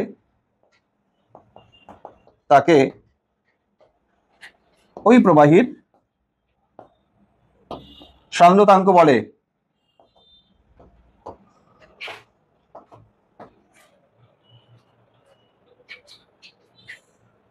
তবে সান্দ্রতাঙ্কের সংজ্ঞা হলো এটার সংজ্ঞা। এবার এটার একক, এটার মাত্রা, এটা এর একক। আচ্ছা, একক মানে তুমি এটা ইকুয়াল টু কি হয় সেটা একবার লিখে নাও। দেখো তো, F equal to eta A delta V by delta X. তার মানে এটা equal to F by A delta V নিচে ডেল্টা এক্স উপরে। আমি এটা লিখে দিলাম এককটা বার করার জন্য, আমি মুখস্থ রাখি নাই। বলে রাখো কি? নিউটন না? এটা দূরত্ব মিটার না? এ কি মিটার স্কয়ার না ক্ষেত্রফল? আর গতিবেগ কি মিটার পার সেকেন্ড না? তাহলে একটা সেকেন্ড উপরে গেল না? হয়ে গেল মনে হয়। একটা মিটার কাটা গেল, দেখো কি আছে, newton second by metre square. আরেকটা জিনিস মনে পড়ে গেল, নিউটন পার মিটার স্কয়ারকে কি বলে? পাস্কাল। তাহলে পাস্কাল সেকেন্ডও বলা যায়, পাস্কাল সেকেন্ড। এইটার আরেক নাম পয়সলি বলে একজন সায়েন্টিস্ট, তার নাম অনুসারে এটাকে পয়সলি বলা হয় এসআই পদ্ধতিতে। এসআই পদ্ধতি এটা। আচ্ছা, এসআই পদ্ধতি কোথায় স্টার্ট করলাম বলো তো? এইখানে এসআই পদ্ধতি, যেখানে আমরা এসআই পদ্ধতি স্টার্ট করলাম, নিউটন এটা লেখা থাক। তারপর আমরা এসআই পদ্ধতি এখানে স্টার্ট করলাম। এসআই পদ্ধতি একক হচ্ছে পয়সলি, আর এটা আরেকটা নাম হচ্ছে, আরো আছে, ডেকাপয়েস, পাস্কাল সেকেন্ড। দেখো একই জিনিস, newton second per metre square মানে পাস্কাল সেকেন্ড, আর পাস্কাল সেকেন্ড মানে পয়সলি, পয়সলি মানে ডেকাপয়েস, সান্দ্রতাঙ্কের একক হচ্ছে। তারপর সিজিএস পদ্ধতি, সিজিএস, এটা সিজিএস পদ্ধতি একক ইম্পর্টেন্ট। একই রকম ভাবে আমি সিজিএস পদ্ধতিতে বলো তো এটার একক কি আসবে? এখানে এখানে এখানে না ইকুয়াল টু চিহ্ন দেওয়া উচিত না, এটা ইকুয়াল টু না। নিউটন এটা এখান থেকে নিউটনের জায়গায় 9 সেকেন্ড পার সেমি স্কোয়ার, 9 সেকেন্ড পার সেমি স্কোয়ার, এইটার একটা নাম আছে, এটার নাম হচ্ছে পয়েস। সিজিএস পদ্ধতিতে সান্দ্রতাঙ্কের একক হচ্ছে পয়েস। আচ্ছা, আর তোমরা তো জানোই এক ডেকা পয়েস কত পয়েস হয়? 10 পয়েস। ডেকা মিটার মিটারের মতো, এক ডেকা পয়েস হচ্ছে 10 পয়েস। সিজিএস আর এসআই তে কনভার্সনের জন্য এটা লাগতে পারে। এখন পয়েসের সংজ্ঞা, পয়েসের সঙ্গে এক পয়েস কাকে বলে? সিজিএস পদ্ধতি কিন্তু পয়েস, কিন্তু সিজিএস পদ্ধতি এক পয়েস কাকে বলে? সান্দ্রতাঙ্কের সংজ্ঞা দিলা না? ওই রকমই কি সংজ্ঞা দিছিলা সান্দ্রতাঙ্কে? এই যে এটা সব এক এক এক বলছিলাম, এইবার তুমি একক বলবে, সেন্টিমিটার, সেন্টিমিটার পার সেকেন্ড, এগুলো বলবো। এবার দেখো হচ্ছে লেখা আগে হচ্ছে, আগে সংজ্ঞা দেওয়াটা শেখো, মুখস্থ না। একক দূরত্বের জায়গায় আমি কি লিখবো? 1 সেন্টিমিটার দূরত্বে অবস্থিত দুটি প্রবাহী স্তরের বেগের পার্থক্য 1 সেন্টিমিটার পার সেকেন্ড হলে ওই প্রবাহের মধ্যে প্রতি 1 বর্গ সেন্টিমিটার ক্ষেত্রফলে যে সান্দ্রবল আছে, এবার যদি 1 ডাইন সান্দ্রবল ক্রিয়া করে, এই জায়গাটায় যদি 1 ডাইন সান্দ্রবল বলতে হবে, তাহলে ওই প্রবাহীর সান্দ্রতাঙ্ক হবে 1 পয়েস। পারবে না? আমি লিখে দেবো, দেখি পয়েসের সংজ্ঞা। ঠিক আছে, লিখে দিচ্ছি। পয়েসের সংজ্ঞা নিজেরা সংজ্ঞা দিতে হয়। 1 সেমি ব্যবধানে দুটি তরল বা প্রবাহী স্তরের বেগের পার্থক্য 1 সেমি পার সেকেন্ড হলে ওই প্রবাহীর প্রতি 1 বর্গ সেন্টিমিটার, 1 সেমি স্কয়ার লিখলে হবে, ক্ষেত্রফলে ওই প্রবাহীর প্রতি 1 বর্গ সেন্টিমিটার ক্ষেত্রফলে যদি 1 ডাইন সান্দ্রবল ক্রিয়া করে, তাহলে ওই প্রবাহীর সান্দ্রতাঙ্ক 1 পয়েস হয়।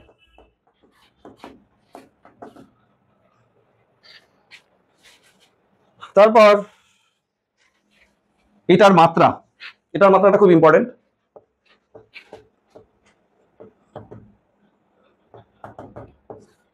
এটা কোথা থেকে বের করার সুবিধা?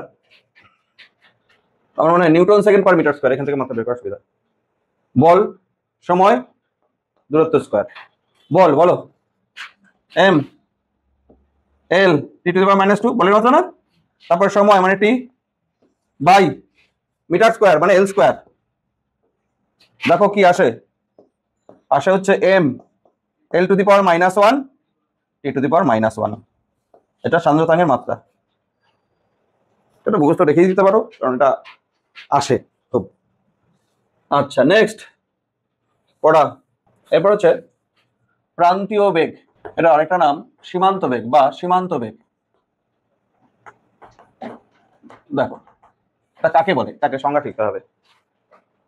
খুব ইম্পর্টেন্ট কথা বলি, আগে গল্প শোনো। দেখো বৃষ্টির ফোঁটা এত উপর থেকে পড়ে, যদি আমাদের মাথার উপর এসে পড়তো বৃষ্টির ফোঁটাটা, মাথা ফুটা হয়ে যেত। মোটামুটি বুলেট যে গতিবেগে ছড়া হয় 300 metre per second, 250 metre per second, প্রায় সেই গতিবেগে এসে আমাদের মাথায় পড়তো, কোনো প্রাণী কোনো জীবিত থাকতো না। তাই তো? কিন্তু এইটা হচ্ছে না, এর কারণ হচ্ছে বায়ুমণ্ডল। বৃষ্টির ফোঁটা যখন পড়ে, বায়ু থাকার জন্য এর উপর বৃষ্টির ফোঁটা যখন নিচের দিকে আসতে থাকে, এত কিছু তো বায়ু ধারণ করেও আসে। বৃষ্টির ফোঁটার চারপাশে বায়ু থাকবে, তো লেগে থাকবে না? তাহলে এর পাশে বায়ু নিয়ে এসে নিচের দিকে নামে। এবার আশেপাশেও বায়ু আছে, তাহলে দুই বায়ু, এখানে বায়ুস্তর আর এখানকার বায়ুস্তরের মধ্যে আপেক্ষিক গতি থাকছে। তাহলে বৃষ্টির ফোঁটার উপর, মানে এই বায়ুস্তরের উপরে, এর উপরে একটা বাধাজনিত বল কাজ করবে। সেই বাধাজনিত বল হচ্ছে উপর দিকে, যেটাকে আমরা সান্দ্র বল বলছি। আর নিচের দিকে কেন পড়ে? ওজনের জন্য। তাহলে বৃষ্টির ফোঁটার উপর দুটো বল ক্রিয়া করছে, একটা হচ্ছে সান্দ্রতাজনিত বল, একটা হচ্ছে ওজন। আরেকটা বল আছে, সেটাকে নগণ্য ধরা হচ্ছে, সেটা হচ্ছে প্লবতা, প্লবক বল। কোনো বস্তুকে তরলে বা প্রবাহের মধ্যে নিমজ্জিত বলে ঊর্ধ্বমুখী যে ঘাত অনুভব করে, সেটাকে প্লবক বল বলে, বায়োন ফোর্স বলে। ওটা এখানে নেগলেক্ট করা হচ্ছে, মনে করো। শোনো, এবার সীমান্ত বেগ বুঝতে হবে। আমরা জানি এফভির মান, বেগ যত বৃদ্ধি পায় তত বেশি হয়, ডেল্টা ভির সঙ্গে সমানুপাতিক না? বেগ যত বৃদ্ধি পাবে এফভি বাড়বে। শুরুতে বৃষ্টির ফোঁটা এখান থেকে স্টার্ট করলো, শুরুতে গতিবেগ 0, পড়বে কি জি ত্বরণ নিয়ে। শুরুতে গতিবেগ 0, আর সান্দ্র বল তাহলে কত? 0। বৃষ্টির ফোঁটার উপর সান্দ্র বল উপর দিকে 0, কিন্তু ওজন আছে, তার জন্য তাহলে নিচের দিকে পড়বেই, সে ত্বরণ আছে। একটু পরে গতিবেগ বাড়বে, গতিবেগ বেড়ে মনে করো 2 মিটার পার সেকেন্ড হলো, কথার কথা। সান্দ্র বল বেড়ে একটা কিছু হবে, ধরো x1 হলো। আচ্ছা, আমি এখানে নাম দিলাম অন্যভাবে, v1 হলো। গতিবেগ এখানে হলো v1, আর এখানে সান্দ্র বল মনে করো f1। ঘটনা বুঝলা? সান্দ্র বল হলো f1। আচ্ছা, গতিবেগ আরো বাড়বে, তাহলে সান্দ্র বল 0 থেকে বাড়লো, গতিবেগ 0 থেকে v1 বাড়লো। এবার যখন এখানে আসলো, গতিবেগ হয়ে গেল v2, সান্দ্র বল আরো বাড়বে, সান্দ্র বল f2। সান্দ্র বল তো উপর দিকে, এখনো mg বেশি আছে, তাই না? এখনো mg বেশি আছে, এখানে mg বেশি না? mg বেশি না হলে যে ত্বরণ নিচে পড়বেই না। এখানেও কিন্তু mg এখন বেশি আছে, মনে করো। তাহলে আবার এখানে গতিবেগ বেড়ে মনে করো v3 হলো, এখন সান্দ্র বল বেড়ে হয়ে গেল v3। এক সময় এরকম করতে করতে একটা জায়গায় এলে এর যা গতিবেগ হবে তার জন্য যে সান্দ্র বলটা হবে সেটা এর ওজনের সমান হবে। কি ঘটনা বুঝছো? এর উপর যখন সান্দ্র বল ক্রিয়া করছে সেটা ওজনের সমান। তাহলে এখন বস্তুর উপর বা বৃষ্টির ফোঁটার উপর লব্ধ বল কত? 0। লব্ধ বল 0 মানে হচ্ছে এখন আর বৃষ্টি ফোঁটা ত্বরণ হবে না। এতক্ষণ ত্বরণ নিয়েই পড়ছিল, বেগ বাড়ছিল বাড়ছিল বাড়ছিল বাড়ছিল, আবার যত বাড়ছিল সান্দ্র বলটাও আবার বেড়ে যাচ্ছে। বাড়তে বাড়তে একসময় ওজনের সমান হয়ে যাবে সান্দ্র বল, তখন লব্ধ বল এর উপর 0 হচ্ছে। 0 হলে তখন এটা কনস্ট্যান্ট, মানে সমান বেগ নিয়ে পড়তে থাকবে, অর্থাৎ এই সমস্ত রাস্তাটুকু ভি গতিবেগই পড়তে থাকবে। এইটুকু বাড়লো গতিবেগ, তারপরে কি কিন্তু ভি কনস্ট্যান্ট হয়ে গেল। এই যে কনস্ট্যান্ট গতিবেগ, এটাকে আমরা বলছি সীমান্ত বেগ। বুঝতে পারছো? এবার সীমান্ত বেগের সংজ্ঞা কে দিতে পারবে? যদি বুঝে থাকো সংজ্ঞা বানাও। নিচের দিকে এমজি ওয়েটের জন্য পড়ে, উপরের দিকে সান্দ্র বল ক্রিয়া করে। আমি ছোট্ট করে লিখে দেবো, বলো তোমাদের ভাষা দিয়ে, তোমরা বলো দেখি সীমান্ত বেগের সংজ্ঞা কে পারবে? আচ্ছা, নিচের দিকে এই যে বলটা, নিচের দিকে বলটা যেটা ওজন, এটাই তো ত্বরণ সৃষ্টি করছে নাকি সামনের দিকে, আর ওটা তো বাধা দিচ্ছে উপর দিকে, এফবি যেটা। তাহলে প্রান্তীয় বেগ বা সীমান্ত বেগ এমন একটা বেগ যখন নাকি ত্বরণ সৃষ্টিকারী বল সান্দ্র বলের সমান হয়, তখন বস্তু সান্দ্র মাধ্যমের মধ্য দিয়ে সমবেগে অগ্রসর হয়। অত কথা লেখার দরকার নেই, এটুকুই। যখন ত্বরণ সৃষ্টিকারী বল, নিচের বলটা সান্দ্র বলের সমান হয়ে যায়, তখন বস্তুর বেগ ধ্রুবক হয়। ওই ধ্রুবক বেগটাকে বলা হয় সীমান্ত বেগ। এইভাবে লিখে নিই, কোন সান্দ্র মাধ্যমের মধ্য দিয়ে কোন বস্তু গতিশীল হলে ত্বরণ সৃষ্টিকারী বল, আচ্ছা কোন বস্তু, এখানে ত্বরণ সহ কথা দিয়ে দাও তাহলে আরেকটু ক্লিয়ার হবে। ত্বরণ সহ গতিশীল হলে ত্বরণ সৃষ্টিকারী বল একসময় সান্দ্র বলের সমান হয়ে যায়, সান্দ্র বলের সমান হয়, তখন ওই বস্তু ওই মাধ্যমের মধ্য দিয়ে একটি নির্দিষ্ট বেগে, একটি ধ্রুবক বেগে লিখতে পারো, একটি নির্দিষ্ট বেগে গতিশীল হয় এই বেগকে টার্মিনাল ভেলোসিটি বা সীমান্ত বেগ বলে। সীমান্ত বেগ বলে। এখন কি বুঝতে পারছো বৃষ্টির ফোঁটার বেগ কেন বাড়ে না? কিছু দূর নামার পরেই ওর বেগ কনস্ট্যান্ট হয়ে যায়, আর বাড়ে না, বাধাজনিত বলের কারণে। তাহলে কোনো সান্দ্র মাধ্যমের মধ্য দিয়ে কোনো বস্তু ত্বরণ সহ গতিশীলের ত্বরণ সৃষ্টিকারী বল মানে ওজনটা একসময় সান্দ্র বলের সমান হয়, তখন ওই বস্তু ওই মাধ্যমের মধ্যে একটি নির্দিষ্ট বেগে গতিশীল হয়, এই বেগকে সীমান্ত বেগ বলে। ঘটনা বুঝতে পারছো? বস্তুর ওজন তো চেঞ্জ হচ্ছে না, বৃষ্টির ফোঁটা যেটা তার তো ওজন সবসময় একই না। এখানে যখন ছিল তার ওজন মনে করো 10 গ্রাম ছিল, সান্দ্র বল কম ছিল 2, যখন এখানে আসলো তখন ওজন তো 10 গ্রামই, সান্দ্র বল বেড়ে গেছে ধরো 8, আর একটু যখন নিচে নামলো ওজন তো তার 10 গ্রামই, সান্দ্র বল বেড়ে গেছে 10 হয়ে গেছে, দেখো সান্দ্র বলটা বেড়ে যাচ্ছে। এখন দেখো ঊর্ধ্বমুখীও 10, নিচের দিকেও 10 বল। এখন থেকে এই বস্তুটা সমবেগে গতিশীল হবে, ওই সমবেগটাকে আমরা বলছি সীমান্ত বেগ। বুঝতে পারছো? হ্যাঁ, এবার স্টোকের সূত্র লেখো। আর ব্যাসার্ধের একটি গোলাকার বস্তু এটা সান্দ্রতা বিশিষ্ট কোন মাধ্যমের মধ্য দিয়ে ভি সীমান্ত বেগে গতিশীল হলে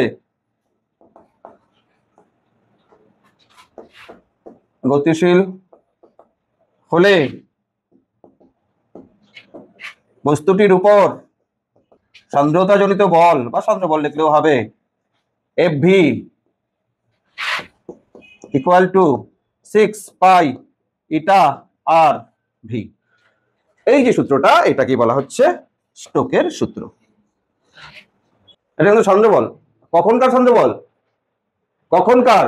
যখন ওই যে সমবেগ প্রাপ্ত হচ্ছে সীমান্ত বেগে, তখনকার সান্দ্র বল, কিন্তু অন্য সময়কার না। অন্য সময়কার সান্দ্র বল তো বাড়তে থাকে, তাই না?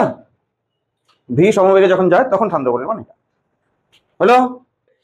শুরু করছি। সান্দ্র মাধ্যমের মধ্য দিয়ে, ক্লাস 9-এ পড়া এটা। একটা বস্তু ধরো একটা পাথরের টুকরা বা একটা বৃষ্টির ফোঁটা যখন অভিকর্ষের অধীনে উপর থেকে নিচের দিকে পড়ে, একটা সময় কি বেগ অর্জন করে, যাকে বলে আমরা প্রান্তীয় বেগ। ধরো এখান থেকে প্রান্তীয় বেগে পড়তে থাকে, ঠিক আছে? এবার ঠিক এইটুকু রাস্তার জন্য সমবেগে পড়তে থাকে, তো এতক্ষণ বেগ বাড়ে, বাড়তে বাড়তে এখান থেকে শুরু হয় সমবেগ, এই পর্যন্ত সমবেগ। আচ্ছা, সমবেগে চলাকালীন তার উপর ঊর্ধ্বমুখী সান্দ্র বল 6 পাই ইটার ভি, তার মানে এইটুকু রাস্তাতে ঊর্ধ্বমুখী বল 6 পাই ইটার ভি। এবার বাতাসও আছে, বাতাস প্লবতা দিবে উপর দিকে, তাহলে উপর দিকে আমরা বলতে পারি দুটো বল ক্রিয়া করে, একটা হচ্ছে সান্দ্র বল ক্রিয়া করে এফ ভি ভিসকাস ফোর্স, আরেকটা প্লবক বল। প্লবক বলকে আমরা এফ বি দিয়ে নাম দিলাম। প্লবতা ইংরেজি বায়োয়েন্সি, প্লবতা ইংরেজি হচ্ছে বায়োয়েন্সি। এই বস্তুটার উপর, এই বস্তুটা পাথরের টুকরা হতে পারে, যে কোনো বস্তু হতে পারে, তবে এটা আকারটা হচ্ছে গোলাকার। উপর দিকে দুটো বল ক্রিয়া করছে, একটা হচ্ছে সান্দ্র বল আর একটা হচ্ছে প্লবক বল। প্লবক বলের ইংরেজি হচ্ছে বায়োয়েন ফোর্স। বায়োয়েন্সির থেকে বায়োয়েন ফোর্স। বায়োয়েন্সি মানে প্লবতা। প্লবতা মানে কি নিচের ক্লাসে পড়া, আসলে কি এই জায়গাটা পড়ানো হয় নাই, একটা দিনের ক্লাস ছিল, এখন সিলেবাসে নাই। আর্কিমিডিসের সূত্র গত বছর থেকে সিলেবাসে নাই, মানে যে নিউ সিলেবাস যখন হলো আর কি, এই যে সেমিস্টার সিস্টেম, সেই জন্য এই জায়গাটা বলা হয় না, কিন্তু এই জায়গাটা পড়াটা অত্যন্ত জরুরি। দেখো B U O Y A N C Y, এটা বয়েন্সি, এটাকে বলা হয় প্লবতা। প্লবতা মানে কি কোনো বস্তুকে তরলে বা কোনো বায়বীয় পদার্থে নিমজ্জিত করলে বস্তুটি একটা ঊর্ধ্বমুখী বল অনুভব করে, এই ধর্মকে বলা হয় প্লবতা। তরলের এই ধর্মকে বলা হয় প্লবতা, আর যে বল অনুভব করে সেটাকে বলা হচ্ছে প্লবক বল। Buoyant force, B U O Y A N T force, এটাকে বলি আমরা প্লবক বল। বোঝা গেল? এটাকে আমরা এফ বি দিয়ে লিখছি। আচ্ছা, বয়েন্সি মানে প্লবতা, বয়েন ফোর্স মানে প্লবক বল। এই বানানটা কোথাও দেখছো তোমরা? বি ইউ, পড়াশোনার বই বাদ দিয়ে, বি ইউ ও ওয়াই দেখা। কিন্তু যদি তোমরা লাইফ বয় সাবান দিয়ে স্নান করে থাকো কেউ, লাইফ বয়ের বানানটা বি ও ওয়াই কি? হ্যাঁ, না, এই যে এই বানান B U O Y, Lifebuoy সাবান, দেখবে এই বানান লেখা আছে। আচ্ছা বলো তো লাইফ বয় কোম্পানি কি বোঝাতে চাচ্ছে এটা লিখে? লাইফ বয় সাবানের কোম্পানি, তার গায়ে এটা লেখা আছে, তার নাম লেখা আছে লাইফ বয়। এটা লিখেও কি বোঝাতে যাচ্ছে? আমার ধারণা বলি, এটা আমার ধারণা, এটা মানে তো কোথা থেকে আসছে? প্রবতার থেকে আসছে। লাইফ বয় সাবান দিয়ে স্নান করলে, প্রবতা মানে কি? উপর দিকে তুলে ধরা। লাইফ বয় সাবান দিয়ে স্নান করলে লাইফকে উপর দিকে তুলে ধরে। হ্যাঁ, তাই মিন করছে হয়তোবা, হয়তোবা, এটা আমার ধারণা থেকে বললাম। যাই হোক, বয়েন্সি মানে প্লবতা, আর বয়েন ফোর্স মানে প্লবক বল। আচ্ছা, এবার আর্কিমিডিজের কথা। প্লবক বলের মান কত? প্লবক বলের মান হচ্ছে বস্তু দ্বারা অপসারিত তরলের ওজন। এই জায়গাটা খুব ইম্পর্টেন্ট কথা। ধরো কোনো তরলে আমি কোনো বস্তুকে নিমজ্জিত করলাম। ধরো এই বস্তুটা ঘনকাকৃতি বস্তু, বোঝার জন্য আমি নিচ্ছি। তাহলে এই বস্তুটা কত আয়তনের তরল অপসারণ করবে? এর যে আয়তন তাই। আমি যদি এর বাহুর দৈর্ঘ্য এ বলি, তাহলে অপসারিত তরলের আয়তন আমরা কত বলবো? এ কিউব। এটা বস্তুর যেমন আয়তন, বস্তুটা সম্পূর্ণ ডুবে থাকার জন্য বস্তু দ্বারা অপসারিত তরলের আয়তনও এ কিউব। এবার অপসারিত তরলের ভর বললে আমরা কি করব? আয়তনের সঙ্গে ঘনত্ব গুণ। কার ঘনত্ব গুণ হবে? তরলের ঘনত্ব গুণ হবে। তাহলে দেখো, তরলের আয়তন কিন্তু এ কিউব, মানে ভি নাম দিলাম, আর ঘনত্বটা গুণ হচ্ছে কার? তরলের। তাহলে অপসারিত তরলের ভর হলো, ধরো তরলের ঘনত্ব আমি রো নাম দিলাম, আর এটা হলো ভর। ওজন মানে এম ইন্টু জি। তাহলে ভরের সঙ্গে জি গুণ করলে ভি রো জি। তাহলে এইটাই হচ্ছে প্লবক বল, অপসারিত তরলের ওজন হলো এটা। ঠিক আছে? আচ্ছা, তাহলে এখানে প্লবক বল মানে হচ্ছে অপসারিত তরলের ওজন। এটা লিখতে হবে না, আমি যেহেতু এখন এটা সিলেবাস নেই, কিন্তু লাগছে আমাদের। অপসারিত তরলের ওজন এটা প্লবক বল মানে, তার মানে হচ্ছে ভি রো জি। বোঝা গেল? অপসারিত তরলের ওজন হচ্ছে ভি রো জি। আচ্ছা, ভি যে সবসময় বস্তুটার পূর্ণ আয়তন হবে তা না। বস্তুটা মনে করো অল্প কিছুটা ডুবে আছে, ধরো এইরকম ভাবে ডুবে আছে, তাহলে অপসারিত তরলের আয়তন কত? মানে প্লবক বল কত? প্লবক বল উপর দিয়ে ক্রিয়া করে, এটা কত? এখানে তরলের অপসারিত তরল কতটুকু? ভেতরে যতটুকু আছে সেই আয়তনের তরল। সেই জন্য এখানে অ্যাকচুয়ালি এখানে ভি এর জায়গায় ভি ইন কথাটা লিখতে হয়। ইন মানে কি? তরলের ইনসাইডে কতটা তরল বস্তুটা ডুবে আছে, সেই আয়তন ইন্টু তরলের ঘনত্ব ইন্টু জি। তাহলে প্লবক বলের সূত্র এটা। এতখানি বল এর উপর দিয়ে ক্রিয়া করে। তাহলে এইখানে যখন বস্তুটা পড়ছে, প্লবক বলের মান কত হবে? বস্তুটার আয়তন নিব, ধরো বস্তুটার আয়তন ভি। এবার ঘনত্ব কার হবে? এখানে বায়ুর মধ্যে দিয়ে পড়ছে, তাহলে বায়ুর ঘনত্ব হবে, ধরো বায়ুর ঘনত্ব সিগমা, আর জি দিয়ে গুণ। এটা প্লবক বলের মান না? উপর দিকে ক্রিয়া করছে, বুঝতে পারছো? তাহলে উপর দিকে এই প্লবক বল, উপর দিকে এফ ভি। এফ ভি তো আমাদের স্ট্রোকই বলে দিল। তাহলে উপর দিকে দুটো বল আমরা জানা হয়ে গেল। নিচের দিকে কি বল ক্রিয়া করবে?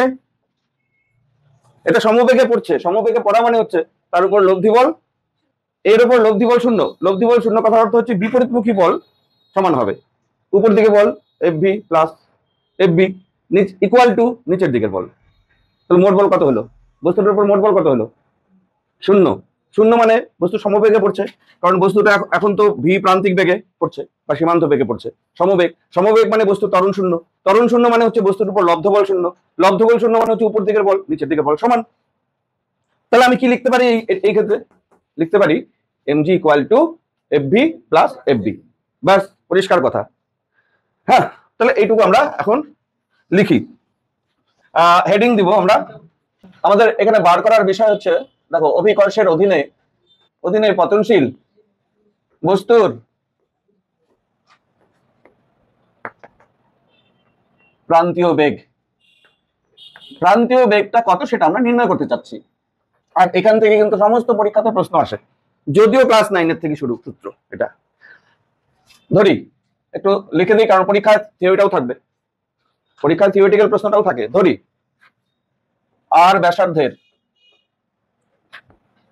এবং রো ঘনত্ব সম্পন্ন একটি বস্তু ইটা সান্দ্রতাঙ্ক বিশিষ্ট মাধ্যমের মধ্য দিয়ে, তার মানে এখানে বায়ু, এই মাধ্যমটা মধ্য দিয়ে অভিকর্ষের অধীনে, এই একটা লাইন লিখলেই অনেক কিছু হয়ে গেল। অভিকর্ষের অধীনে ভি প্রান্তিক বেগে নিচের দিকে গতিশীল।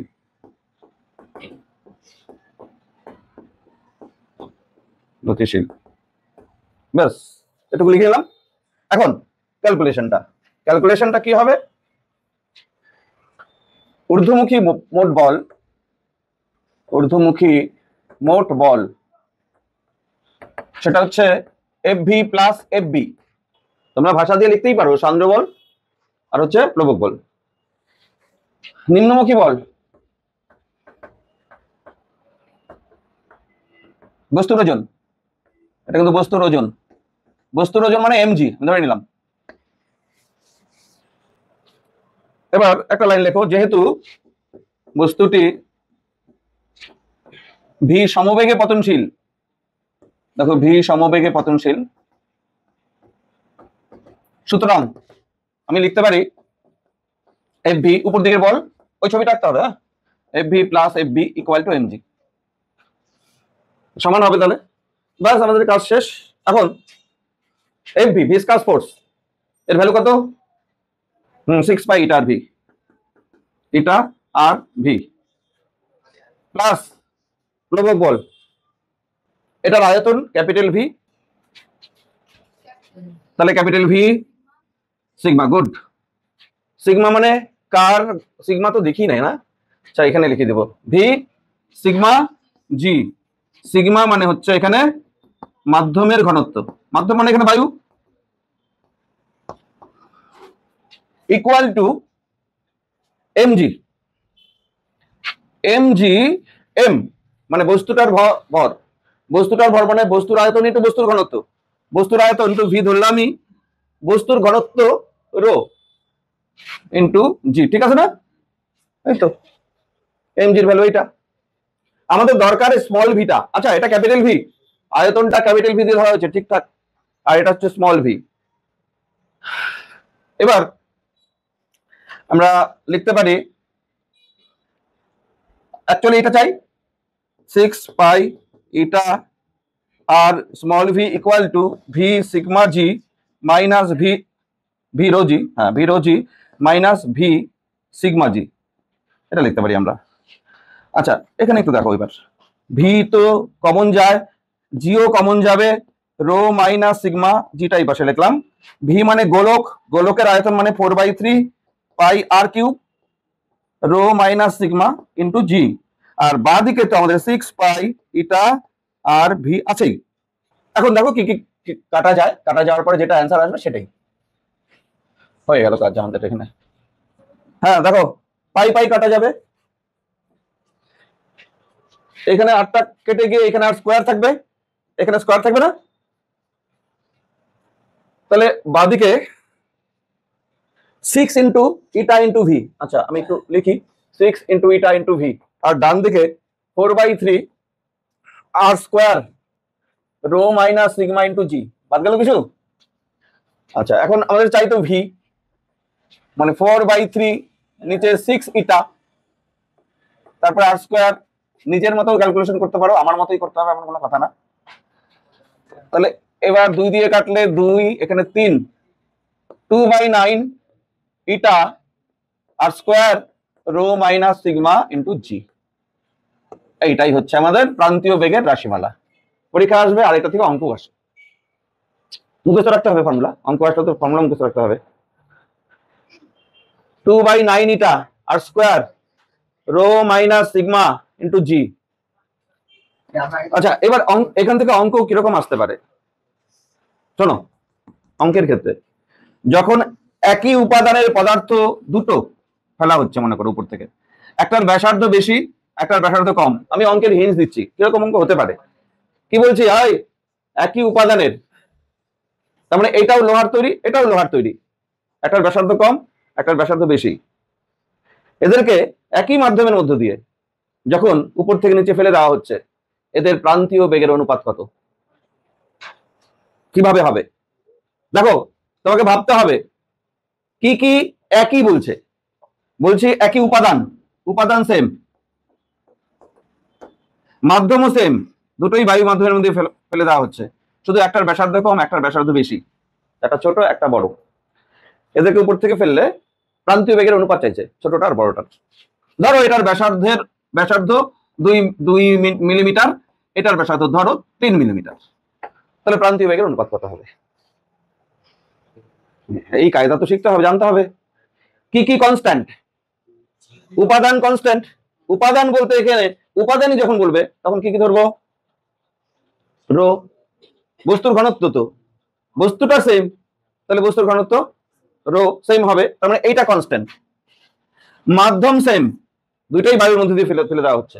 মাধ্যম যখন সেম বলবে তখন সিগমা সেম আর ইটা সেম, তাহলে এটা কনস্ট্যান্ট, এটা কনস্ট্যান্ট, এটা কনস্ট্যান্ট, আর জি তো এমনি কনস্ট্যান্ট, অভিকর্ষ ত্বরণ সবার জন্য সমান। আর 2/9 এটাও কনস্ট্যান্ট। তাহলে দেখো তাতে কি আসবে, এই অঙ্কটা করার ক্ষেত্রে আমি জাস্ট লিখবো ভি ভ্যারিজ আর স্কোয়ার, কমপ্লিট অঙ্ক। এইভাবে করা শিখতে হবে। তাহলে v1/v2 কত? r1 square by r2 square. r1 কত বলছি? 2 এর স্কোয়ার বাই 3 এর স্কোয়ার, কত অ্যান্সার হলো? হ্যাঁ 4/9, হ্যাঁ 4:9। এইভাবে করতে হবে। যখনই দুটো বস্তুর ব্যাপার থাকবে, যে কোনো অঙ্কে যে কোনো চ্যাপ্টারে 2 বারের ব্যাপার থাকবে, দুইটা বস্তু থাকবে, তখন তোমাকে ফর্মুলাটা লিখে খুঁজতে হবে ধ্রুবক কি কি আছে, তাহলে অঙ্ক ছোট্ট করে হয়ে যাবে। হ্যাঁ, এখন মনে করো উপাদান একই বললো, ভিন্ন মাধ্যম বললো। উপাদান এক, তাহলে রো সেম, ভিন্ন মাধ্যম বললো, তাহলে সিগমা আর ইটা কনস্ট্যান্ট না, ঠিক আছে। এবার হয়তো ব্যাসার্ধ সেম বললো, দুইটা সমান আকারের, উপাদানও সেম, ব্যাসার্ধ সমান। এবার কি কি বলছি বলতো? উপাদান সেম, ব্যাসার্ধ সেম, কিন্তু মাধ্যম আলাদা। এটা একটা মাধ্যমে ফেলা হচ্ছে, এটা আরেকটা মাধ্যমে ফেলা হচ্ছে। তাহলে আমি এইরকম ভাবে লিখতে চাই ইকুয়েশনটা। বলো তো কি লিখবো? ভি ভ্যারিজ, হ্যাঁ এইখানে এই জন্য জিজ্ঞেস করছি, সিগমার সঙ্গে তো রো গুণ নাই, রো মাইনাস সিগমাকে নিতেই হবে। রো যদিও ধ্রুবক, উপাদান মানে রো, তো রো যদিও ধ্রুবক কিন্তু রো তো সিগমার সঙ্গে বিয়োগ আছে, এই যে rho minus sigma by eta, এইভাবে করতে হবে। জয়েন্ট এন্ট্রান্স নিতে অঙ্ক আসে, ঠিক আছে। উপাদান একই, একটা দুইটাই লোহার গোলক, দুইটা মাধ্যম মনে করো, একটা জলের মধ্যে ফেলা হচ্ছে, একটা তেলের মধ্যে ফেলা হচ্ছে, তাদের প্রান্তীয় বেগের অনুপাত কত হবে? তাহলে এইগুলো দেওয়া থাকতে হবে, এগুলো দেওয়া থাকতে হবে। এটা কি আসবে? v1/v2, দেখি তো কি বলবে। এটা উপাদান যদি, এই যে এখানে উপাদান কিন্তু সেম, উপাদান যদি সেম বলে rho minus sigma 1 by rho minus sigma 2, দেখছো, ইনটু ইটাটা কিভাবে আছে? ব্যস্তানুপাত, তাহলে ইটা 2 বাই ইটা 1, এখানে বসালে হয়ে যাবে। আমি পরে করাবো এই ধরনের অঙ্ক। এটা বোঝা গেছে? উপাদান সেম, রো রাখতে হবে, কিন্তু দুই ক্ষেত্রেই রো সেমই হবে। আর এখানে মাধ্যম আলাদার জন্য ইটা আলাদা, সিগমা আলাদা, ঠিক আছে। তাহলে ইকুয়েশনটা এইভাবে তৈরি করে নিতে হবে আমাদের, তাহলে অঙ্ক হবে। আচ্ছা হলো, সান্দ্রতা আমাদের হয়ে গেল, অঙ্ক পরে হবে।